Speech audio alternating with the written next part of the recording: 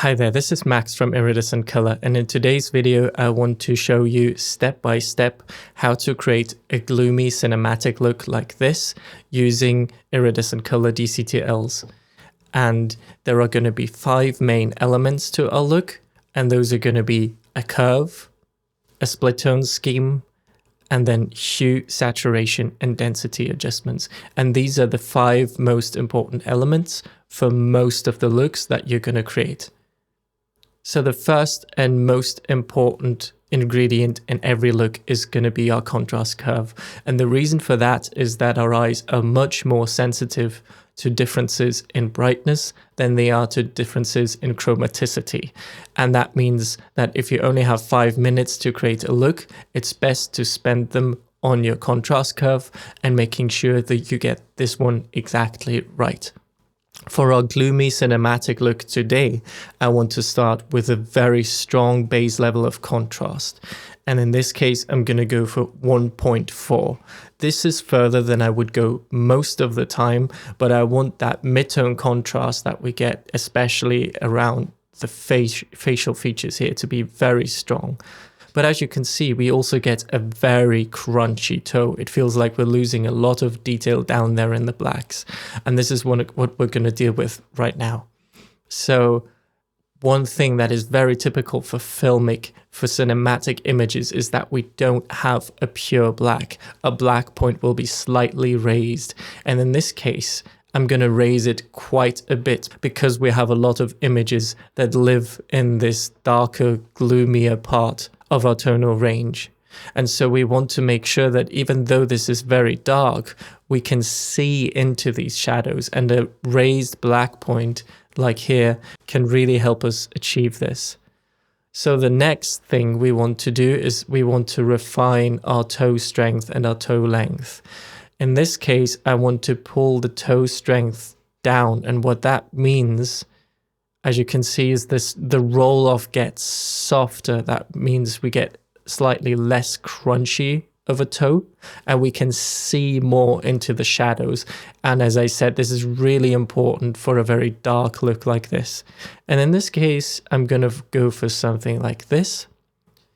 But then I feel like maybe the toe length now is slightly too long, so I don't want the toe to start all the way at mid-gray, but slightly below that. And so I'm going to pull it back ever so slightly. And this is starting to look really good. As you can see now, we still get this very strong increase of contrast, but it feels like we get a very nice and natural roll-off in the shadows, and we retain an awful lot of detail down there, even though we increase the contrast, especially around middle gray, especially in the skin, for example, by quite a lot. So the next thing I want to do is I want to lower a white point. And in this case, I want to go very far with this as well, because I don't really want very pingy highlights here. I want this to be a very soft and moody feel. We can see this in a shot like this, where if we rein these highlights in, it just feels a little bit moodier. But you'll find that the adjustment of the white point will have much more of an apparent effect if you also increase the shoulder length and if you decrease the shoulder strength. And as you can see now, if we do this, we get this really soft roll off. And what that does to our image now is we still have this strong contrast in the midtones, but we don't get very pingy highlights and we don't get very crunchy shadows. And so everything feels very soft and moody and dark and still very legible because we have that strong slope in the middle. And as you might know, all of my tools are built to preserve middle gray, so that adjustments by default will not change either the exposure or the chromaticity around middle gray. In this case, however, I want to very explicitly bias my middle gray in this look. And this is something you would not normally do, but in a special look like this, it might be something that you want to try. You just need to make sure that everybody involved is on board with that. And in this case, I want to push the pivot of my tone curve up by around half a stop. And what that does is it pushes more of our image into the toe. it pushes more of our image into this roll off down here. And that means we get an even gloomier image. You can see it here. Maybe you can see it better in a dark image like that. This is where we were. And if we push the image further into the toe, it just feels like more of our image lives in this gloomy roll-off, while at the same time, because we have this very soft toe, we can really see into that toe. Yeah, here as well, I really like how the strong slope in the mid-tone shapes our facial features, but the soft roll-off in the toe and the low white point really retains a lot of highlight and gives us this soft and gloomy feel. The last thing I want to do here is use the preserve saturation slider. And you can think of this in terms of how strongly our contrast curve affects our saturation. And we can see this on an image like this. If I push this all the way to the left, an increase in contrast will also make our colors feel a lot more saturated. However, if I use this slider to preserve the original chromaticity of the image, you can see now we don't get this increase in saturation when we increase contrast. And in this case, this is exactly what we want, because we want more of a, maybe a slightly bleach bypassy kind of look. Maybe not that strong, but we want to feel that the contrast increases without these garish colors that can come with that. We want very muted colors. And this is why I want to leave the preserve saturation slider all the way up. So the next element will be split tone, and this is a great opportunity to talk about order of processing. As you can see, the curve, even though it lives almost at the back of a node graph, was the first thing we dialed in, and that is because you always want to have something like a contrast curve, which is a 1D adjustment, to live at the end of your node graph and make 3D adjustments like hue, saturation, and density into that curve, because that curve will also have an effect, since it is non-linear, on how hues are being rotated at the top and the bottom of the tone scale. And you want to make sure that you make your hue adjustments, etc., before that happens. Now with split tone, this is also a 1D or a 3 times 1D adjustment. And so in this case, you can experiment if you prefer your split tone before or after the curve. In this case, I've decided to have my split tone after the curve. And today I want to do something a little bit different.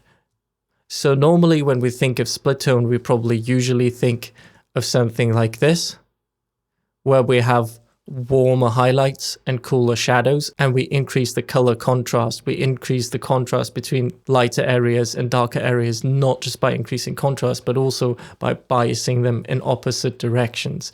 You can see this with the swatches. This is currently what a split tone scheme is doing. But for this cool, gloomy look, I want to do something slightly different. And that will be, I want to do a cool split with a neutral section in the middle. And if we turn on the curve as well, you can see what I mean.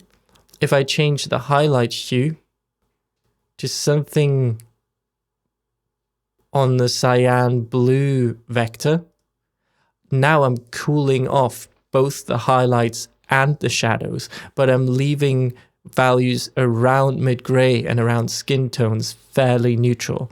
And this gives us a very cool and muted palette without biasing skin tones too much. In this case, maybe I want the effect on the shadows to be stronger than on the highlights. So I'm going to use this balance control to push it slightly to the left. All the way to the left, this would only have an effect on the shadows. All the way to the right, it would only have an effect on the highlights. I want it to be slightly on the left. And then I also want to increase the strength again, because I want quite a bit of a cyan push in the shadows to really get a kind of cold and cinematic feel to this. And this is where we are now. Again, this is where we started. This is where we are now. We now have a cool push both in the highlights and the shadows. But really, our shadows are much more affected by this than the highlights are. So this is a shot where you can really see how we're cooling off the highlights, and our whole highlights are taking on this slightly cyan, slightly cool tint. And this is an extreme thing, and it's probably not something you want to do on every project. But for this project in particular, I really, really like the way this changes the feel of these images. It makes them feel a lot colder and icier and gloomier, and that's exactly what I want. I also like how it cools off the skin tones and makes them feel a little bit more ghostly, and that's precisely the effect that I want to achieve here. Now, one thing you can experiment around with as well is the pivot control. In this case, for example, I might want the pivot to be a little bit further to the left because most of my image lives further down in the toe. So maybe I want my pivot to respect that as well and make sure that it treats darker values already as highlights, rather than pivoting around middle gray when our middle gray is pushed down by the contrast curve. So in this case, I might just pull it down ever so slightly. You can experiment. You can really use the skin tones here as an indicator. If I pull this to the left, you can see the cool push in the highlights will affect the skin tones more.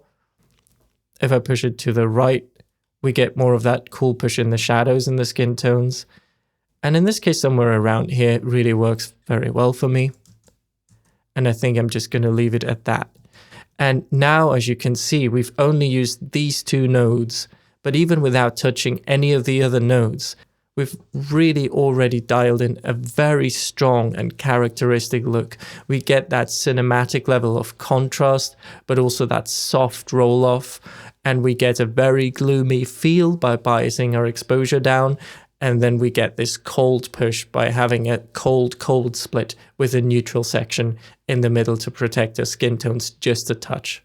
Now, one thing I want to do here is I want to desaturate the image. And again, let's have a look at the order of processing here. We've got hue, saturation, and density in that order. And the reason for that is that density really depends on saturation. It is, at the end of the day, a decrease of luminance based on saturation. So we want to make sure that we feed the correct saturation levels into our density adjustment so that our density adjustments work the way we expect them to. So let's have a look at our saturation. In this case, I want to get a more muted color palette. And in this case, that's very simple. I can just take the global saturation and pull it down to somewhere around here. I really like how that feels on this image. Let's have a look at a couple of the other ones. Yeah, I think in this case, it really helps make the skin tones feel a little bit more muted as well and unify the whole image. Otherwise, I think that cool split can leave the unaffected skin tones in the middle feeling a little bit too saturated. But in this case, I think that puts us into a really nice area. I really enjoy how this looks so far. But what we can do here, if we have a very desaturated image, is we can use these different vectors to increase the level of color contrast without absolutely increasing saturation. And what I mean by this, if we go to hue versus sat here, you can see we've decreased saturation overall.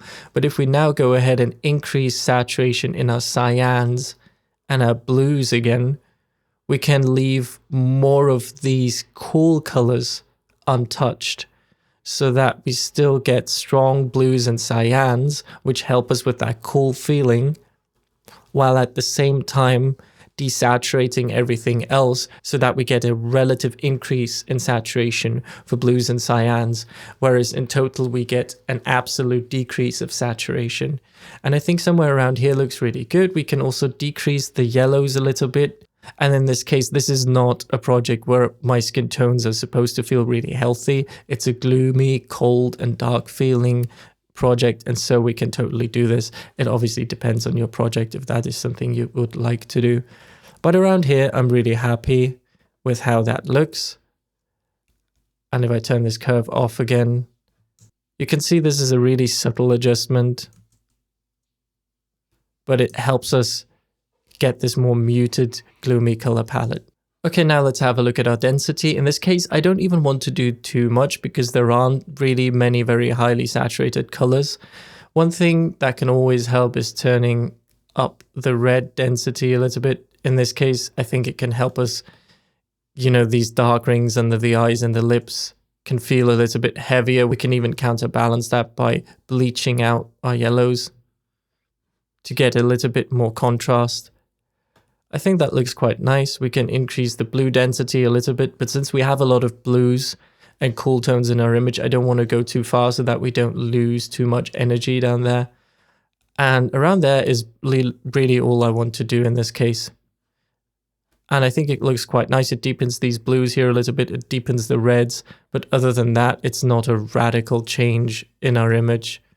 And I can live with that. So let's have another look on how far we've come so far. This is our base image. And this is our look. And this is starting to look really good. You can see we've really dialed in a very strong look that shapes our image and communicates something very different than the base image. And so the last thing we can look at is our hues. And in this case, I don't want to do that much either. One thing I want to do is pull my blues back a little bit more towards cyan to get more of this icy color palette. And I can go quite far with that.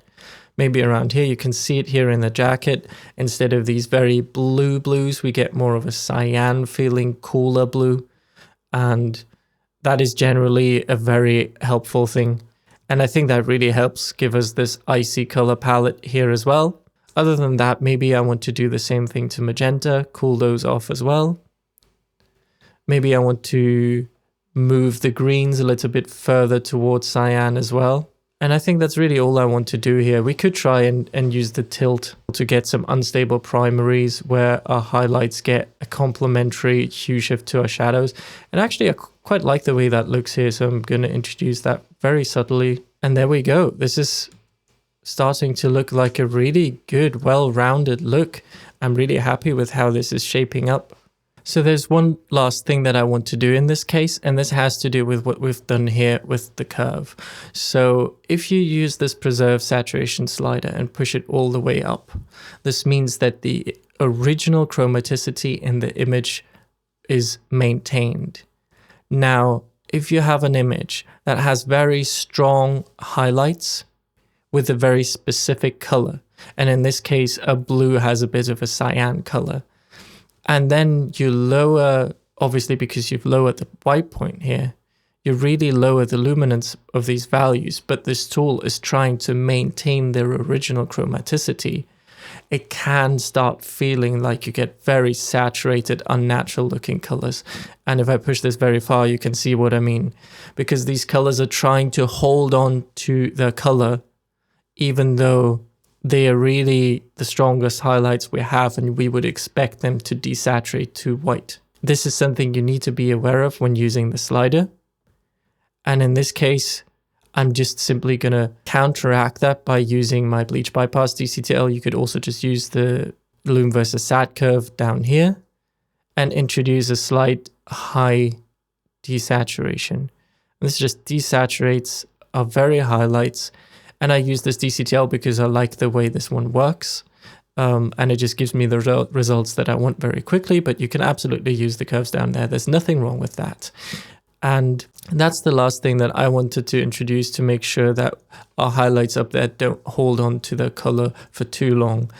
And we get a nicer path to white. And that's it. That's a look for today. So let's quickly recap what we've done. The first thing that we have done, and the most important thing that we have done, is introduced a contrast curve. In this case, we used a very strong base level of contrast, but we used very long shoulder and toe lengths, as well as low shoulder and toe strengths to create a very soft roll off and maintain a lot of detail. We've lowered our white point and we've increased our black point to make sure that we get a softer and more cinematic feeling while still having that strong slope around middle gray. We've also biased our exposure down by using the pivot control and moving it half a stop higher than middle gray. Then we've used our split tone to introduce a cool split that introduces a cool push both in the shadows and in the highlights and leaves our midtones untouched. We've decreased our saturation while maintaining a little bit more saturation in the cyans and the blues to get more color contrast and maintain that cool icy feel. And then we've just done some slight adjustments to density and hue. And in the last step, we have desaturated our highlights ever so slightly to get a nicer path to white. And as I hope I could demonstrate to you, there's really no rocket science to that. So let's have a look at our before and after. This is the base image that we started with. And this is a cinematic, gloomy, cold look that we have created today.